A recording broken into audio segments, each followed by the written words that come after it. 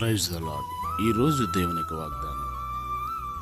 యెహోవా కన్నులు ప్రతి స్థలము మీద నుండును, చెడ్డవారిని మంచివారిని అవి చూచుచుండును. సామెతల గ్రంథం 15వ అధ్యాయం 3వ వచనం. ప్రియులారా, ఆయన కంటికి కనబడని సృష్టము ఈ లోకంలో ఏదీ లేదు.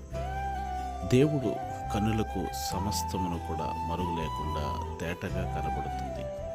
ఆయన కన్నులు ప్రతి స్థలం మీద కూడా ఉన్నాయి. ఆయన సర్వాంతరయామి అయి ఉన్నాడు. ఆయన మంచివారిని చెడ్డవారిని ఆయన చూస్తూ ఉన్న దేవుడు. మనము ఆరాధించే దేవాతి దేవుడు జీవము కలిగిన వాడు. ఆయన చూచువాడు, మాట్లాడువారు. ఆయనలో జీవం ఉంది. ఆయన మృతుడయ్యారు కానీ ఆయన సజీవుడై యుగయుగములు కూడా జీవించుచున్న దేవుడు కనుక ఆయన చూస్తూ ఉన్నారన్న భయముతో మనం బ్రతుకుదాం. మీ కొరకు ప్రార్థించేది.